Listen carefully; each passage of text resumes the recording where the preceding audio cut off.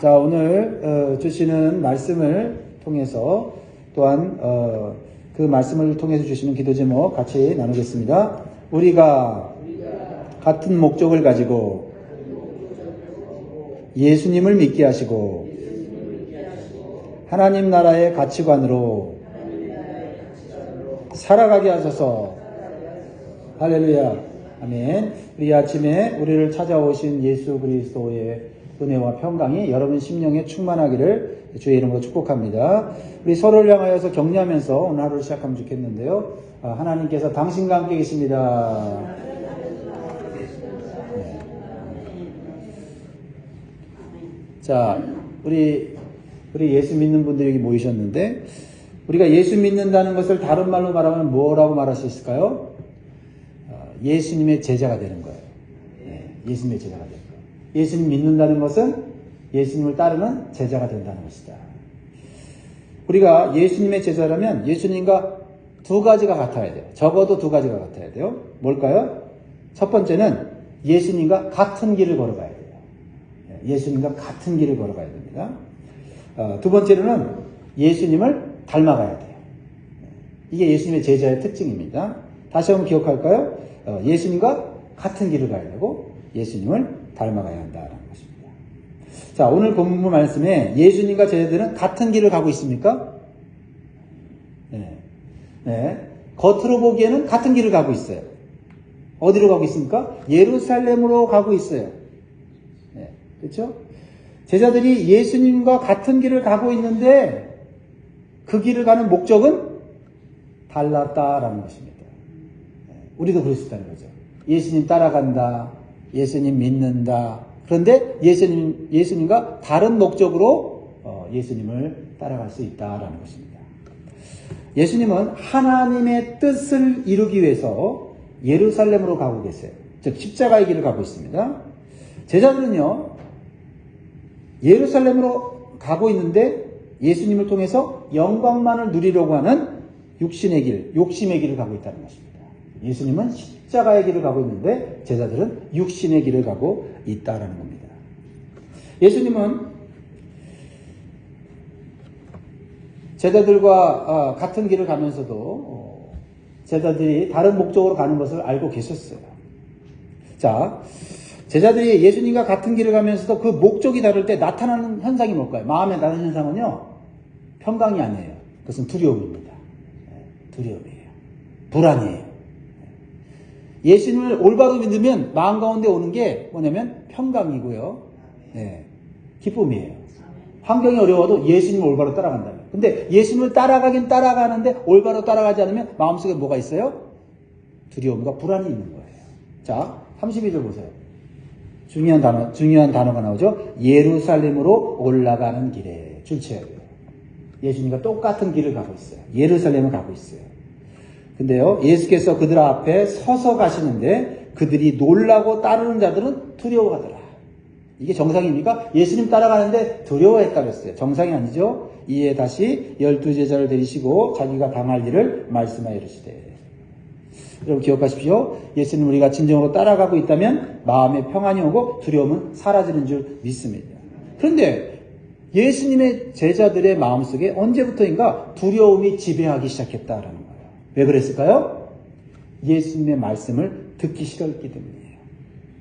기적을 일으키시는 예수님의 말씀은 너무나 좋은데 십자가와 부활을 이야기하시는 예수님의 말씀은 듣기가 싫은 거예요. 그래서 예수님의 십자가 이야기를 할 때 그들은 놀라고 두려워했습니다.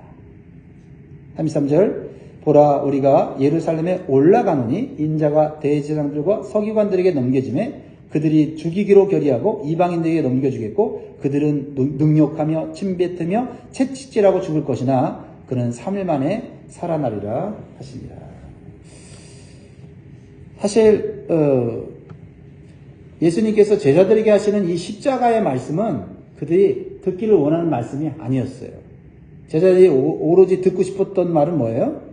지금 당장 십자가에서 죽는 예수가 아니라 영광스럽게 왕이 되는 예수를 원했습니다. 즉 성경이 말하는 예수님이 아니라 내가 원하는 예수님이 되어주기를 원했다는 거죠.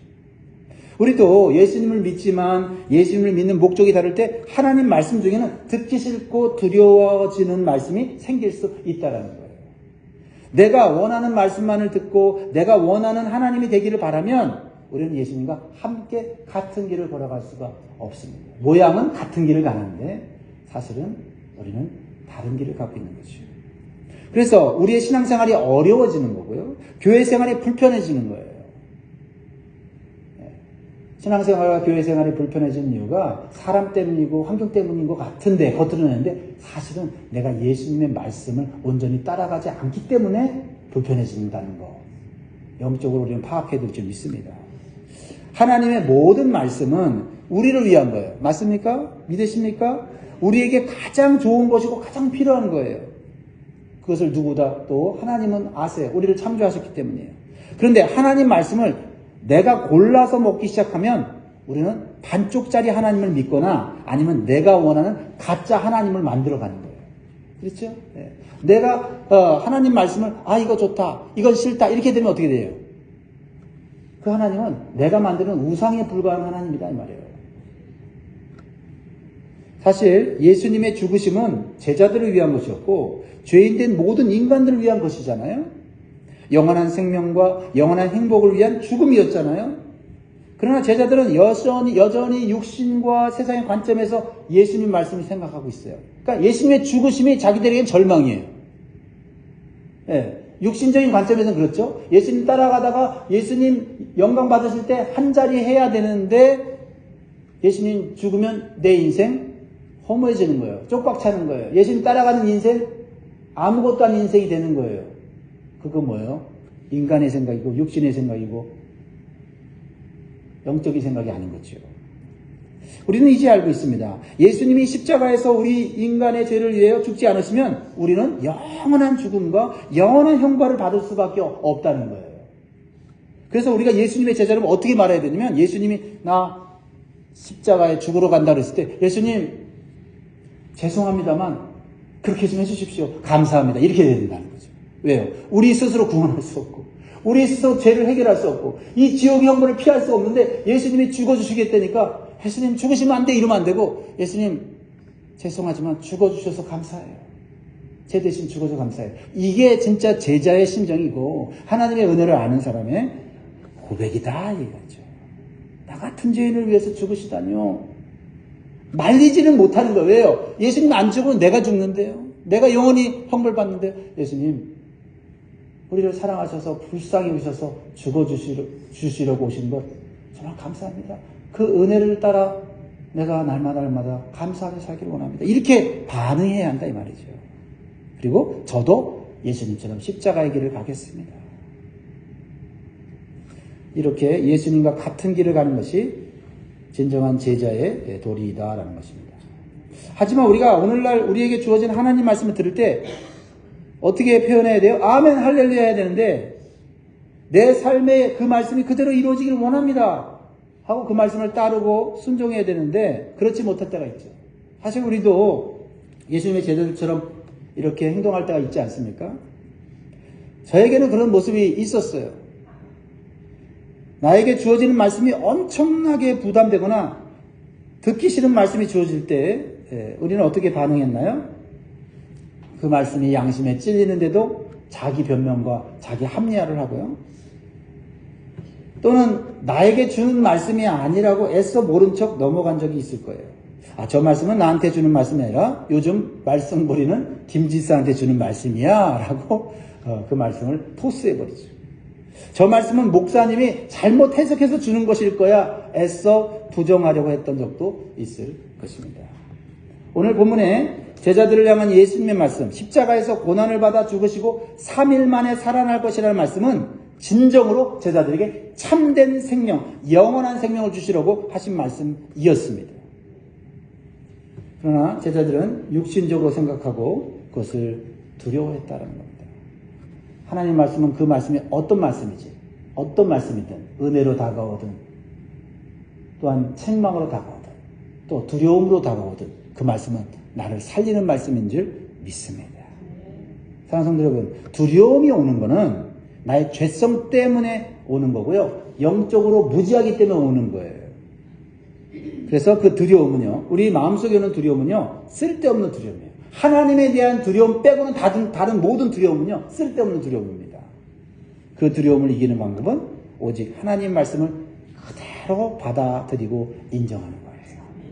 나에게 주시는 하나님 말씀은 어떤 말씀이라도 나를 살리고 나를 복되게 하고 나를 행복하게 한다는 것을 믿고 믿음으로 받아들이면 첫 번째 오는 현상은, 마음의 현상은 마음의 평강이에요. 아직 순종하지 못했지만 순종하고자 결심할 때 오는 게 순종이고요. 그래서 순종할 때 성령의 역사들이 일어나는 거죠. 두 번째로 예수님의 제자가 된다는 것은 예수님을 닮아가는 거예요. 그런데 내 안에 예수님을 닮지 못하게 하는 요소가 있어요. 그게 뭘까요? 그게 이기심과 욕심이에요. 이기심과 욕심. 두려움도 문제지만 이기심과 욕심이에요. 이기심과 욕심은 없는 사람 없어요. 다 있어요. 다 있어요. 이 이기심과 욕심을 어떻게 내가 다루냐에 따라서 내 인생이 달라져요. 신앙생활이 달라집니다.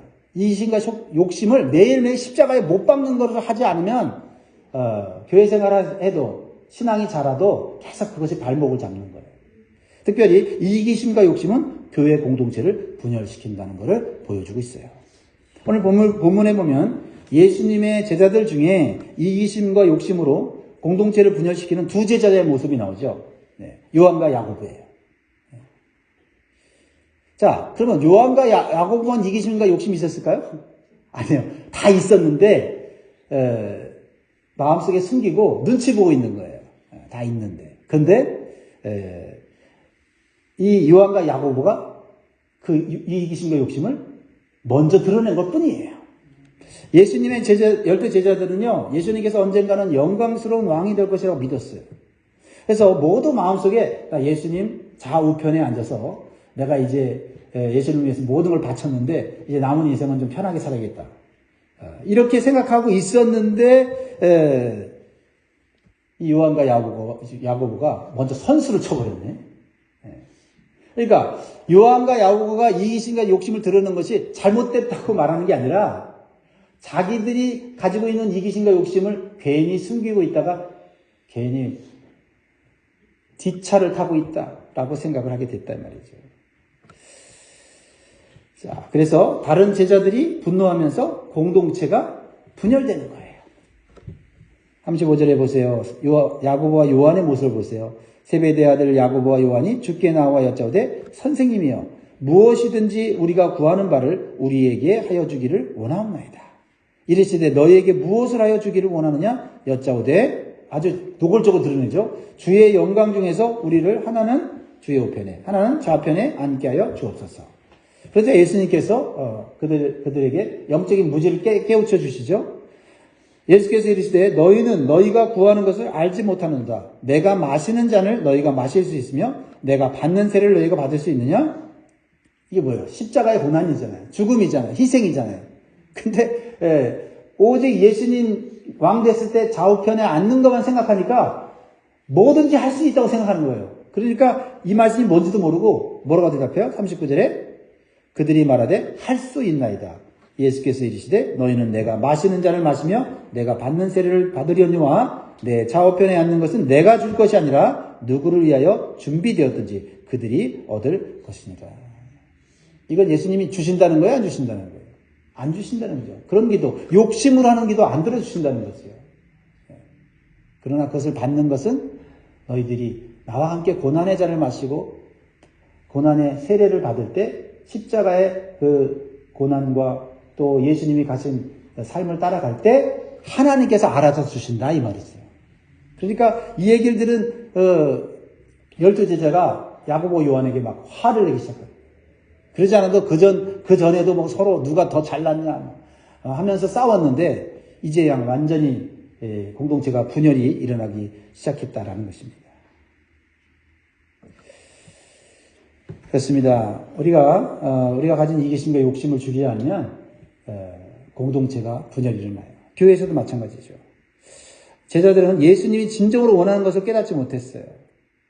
궁극적으로 예수님께서 이루시고자 하는 나라가 어떤 나라인지를 잘 알지 못했기 때문에 그들은 예수님을 믿으면서도 세상에서 오직 잘 되는 것만, 육신적으로 잘 되는 것만 생각하고 있다라는 것입니다. 여러분, 예수 믿는다는 것은 단순히 예수 믿고 잘 사는 게 아니에요. 예수 믿는다는 것은 하나님의 나라를 생각하는 거예요. 좀 더 크게 생각해야 돼요. 교회 생활도 아니에요. 그보다 뛰어넘어 하나님 나라를 생각해야 된다. 그래서 예수님이 세우시고자 하는 나라는 이 세상 나라에 속하지 않고 이 세상 나라에 통치하는 방식과는 다르다는 거죠. 그러니까 우리가 예수 믿는다는 것은 뭐냐면 삶의 방식이 바뀌어야 된다는 거예요. 예수님께서 세우시고 통치하는 나라는 섬김과 희생으로 세워지는 나라다라는 거예요. 섬김과 희생으로 세워지는 나라. 이 세상의 나라와는 다른 방식이다라는 거죠. 그러니까 우리는 끊임없이 이 세상의 방식과는 다르게 살아야 돼요. 그래서 불편해야 돼요. 이 세상의 방식과는 내가 다르게 삶으로 자꾸 내 안에 갈등이 생겨야 된다는 거죠. 자, 42절 보세요. 예수께서 불러다가 이르시되 이방인의 집권자들이 그들을 임의로 주관하고 그 고관들이 그들에게 권세를 부리는 줄을 너희가 알거니와. 세상의 방식은 좀 올라가는 거고요. 힘이 있는 거고요. 많이 가지는 거고요. 높은 자리에서 다른 사람을 지배하는 게 성공이에요. 그러니까 이 세상에서는요. 큰 권력을 가진 사람이 그 권력을 자기 마음대로 사용해서 자기에게 잘 보이는 사람은 높여주고 자기 마음에 안 드는 사람은 보이지 않게 왕따시키고 또는 아주 노골적으로 그 사람을 좌천시키는 거죠. 그래서 아무리 성실하게 일해도 높은 사람의 마음에 들지 않으면 그 사람을 결코 높여주지 않는 거예요. 그게 세상의 방식이다. 그러니까 자기만 잘 된다는 생각으로 다른 사람을 배려하지 않고 심지어는 다른 사람들을 모함하고 거짓말을 해서라도 높은 사람한테 잘 보이는 것이 이 세상의 성공이다 이 말이에요. 그러나 예수님이 왕이 되시는 하나님 나라는 이 세상의 방식과 완전히 반대라는 거예요. 43절 44절 같이 있습니다. 시작. 너희 중에는 그렇지 않을지니 너희 중에 누구든지 크고자 하는 자는 너희를 섬기는 자가 되고 너희 중에 누구든지 으뜸이 되고자 하는 자는 모든 사람의 종이 되어야 하리라. 우리는 이 세상에 높은 사람의 눈치를 보는 자가 아니라 하늘의 왕이신 예수님을 바라보는 자가 된다. 그분 앞에 인정받으면 그분이 때가 되면 높여주시는 축복을 받아야 된다 이 말이죠. 이것이 하나님 나라의 방식입니다. 하나님 나라에서 인정받고 높아지는 방식은 사람들을 섬기고 사람들의 종이 되는 거예요. 이러한 사람이 예수님께서 통치하시는 하나님 나라에서 높임을 받는다. 높임을 받으려면 하나님 나라에서 높임을 받자. 그렇죠? 그러므로 우리는 성도로서 이 세상 방식을 계속해서 거부하고 하나님 나라의 방식을 자꾸 훈련해야 돼요. 그것이 우리가 자연스럽게 지금 불편 없이 산다면 예수님 믿으면서도 이 세상 방식으로 사는 거예요. 예수님을 믿으며 하나님 나라 방식으로 살면 계속해서 부딪히게 돼 있어요. 사람들하고 부딪히게 되고 특히 세상 사람들하고 부딪히게 돼 있어요. 하나님 말씀대로 살기 때문에. 그런데 우리가 그것을 할 수 있는 이유는 뭐냐면 하나님 나라의 방식으로 살 때 하늘에서 인정해 주기 때문에 마음에 평강이 있고요. 기쁨이 있다는 거죠. 그러니까 육신이 편안한 쪽으로 가면은 그것은 세상의 방식이 되는 거예요. 물론 때로는 마음의 평강도 주시고 육신의 평강도 주십니다. 그러면 하나님 나라에서는 누가 더 똑똑하냐, 누가 더 재능과 능력이 많으냐고 따지지 않습니다. 하나님 나라는 누가 더 많이 다른 사람을 섬기고 누가 더 많이 다른 사람들을 희생하느냐를 보신다라는 것입니다. 그렇습니다. 우리 교회의 공동체가 어떤 것이 되어야 되는가? 한마디로 말하면 예수님처럼 섬기는 공동체가 되어야 될 줄 믿습니다. 교회에서는 똑똑하고 재능 있는 사람보다 남들이 하기 싫어하는 일들을 하고 다른 사람들의 심부름을 해주는 사람을 더 높여주고 인정해주는 그런 가치관으로 서로를 바라볼 때 이 안에 천국이 이루어지는 줄 믿습니다. 이 땅 가운데 또 교회 안에서 완벽한 천국은 이루어지지 않아요. 그러나 천국의 맛은 볼 수 있다. 우리가 어떠한 가치관으로 어떻게 섬기냐에 따라서 저 사람의 모습은 천국의 모습이구나 이렇게 느낄 수 있다는 거죠. 그걸 자꾸 느끼게 해줘요. 서로. 실수하고 넘어지고 자빠지고 쓰러지고 그래도 우리는 하나님 나라의 가치관으로 살기를 힘써야 된다는 거죠. 왜냐하면 예수님이 하나님 나라의 모습을 이 땅에 보여주러 오셨어요. 마지막 45절입니다. 시작. 인자가 온 것은 섬김을 받으려 함이 아니라 도리어 섬기려 하고 자기의 목숨을 많은 사람의 대성물로 주려 함이니라. 예수님은 이미 하나님의 아들이고 만왕의 왕이시지만 왕으로 대우받기를 거절하시고 오히려 종처럼 이 땅에 오셔서 섬기셨다라는 것입니다. 톨스토이의 작품 중에 이런 이야기가 있어요. 어떤 사람이요, 추운 겨울날이에요. 예배당 근처에서 벌벌 떨고 있는 사람을 만났어요. 그래서 너무 불쌍해갖고 자기 집으로 데리고 왔어요. 이 집주인은요, 친절한 마음으로 이 불쌍한 사람을 도와주기 위해서 데려왔는데 그 집주인의 아내는 그렇지 못했어요. 귀찮고 화가 났어요. 이 사람 또 왜 이런 사람 데려와갖고 나를 귀찮게 하지? 그래서 친절하게 대하지도 않고 함부로 말을 하면서 먹을 것도 잘 주지 않았어요. 근데 놀라운 일이 생겼어요. 그 데려온 사람은 어른이었거든요. 근데 불친절하게 대하고 먹을 것도 주지 않고 함부로 대할수록 이 사람이 점점 쭈그러들어. 작아진 거예요. 그래서 작은 사람이 된 거예요. 깜짝 놀란 거죠. 그래서 집주인이 너무나 안쓰럽고 너무나 미안해갖고 그 아내에게 제발 좀 이 사람 좀 잘 대해주라고 그렇게 했어요. 그래서 다시 그 사람에게 친절하게 대해주고 좋은 말을 하고 좋은 음식을 대접하니까 이 작아졌던 사람이 점점 커지면서 아주 아름다운 모습이 된 거예요. 그런데 나중에 알고 보니까 그 사람은 그 집에 복을 주려고 온 천사였던 거예요. 히브리서 13장 1절 2절에 보면 형제 사랑하기를 계속하고 손님 대접하기를 잊지 말라. 이로써 부지 중에 천사들을 대접한 이들이 있었느니라. 그래서 자네들에게도 너희들 천사 만나고 싶어? 만나고 싶다고 소원해서 만나는 게 아니라 네가 다른 사람을 어떻게 대하는지에 따라서 천사를 만날 수 있어. 가르칠 수 있죠.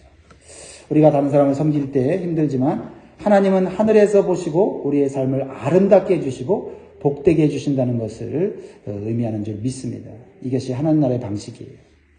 말씀을 맺겠습니다. 사랑하는 성도 여러분, 우리가 예수님을 믿으면서도 나만 잘 되려고 하는 이기심과 욕심을 가질 때 우리는 서로 비교하게 되고 경쟁하게 되면서 교회 공동체를 분열시키는 결과를 만드는 거예요. 이제 우리는 삶의 목적과 방식을 바꿔야 돼요. 자꾸 훈련해야 됩니다. 우리가 진정으로 예수님을 믿는다면 예수님과 같은 목적을 가지고 십자가의 길을 가야 될 줄 믿습니다. 그리고 우리의 왕 되신 예수님의 성품과 삶을 닮아가는 삶에 힘써야 되겠습니다. 우리의 에너지를 쓸데없는 데 소비하지 않으면 좋겠어요. 아직은 우리가 이 세상에 살지만 이 세상 나라의 방식이 아닌 서로 섬기고 희생하는 하나님 나라의 방식으로 살아서 천국의 기쁨과 평강을 오늘도 누리시는 저와 여러분 되기를 주의 이름으로 축복합니다.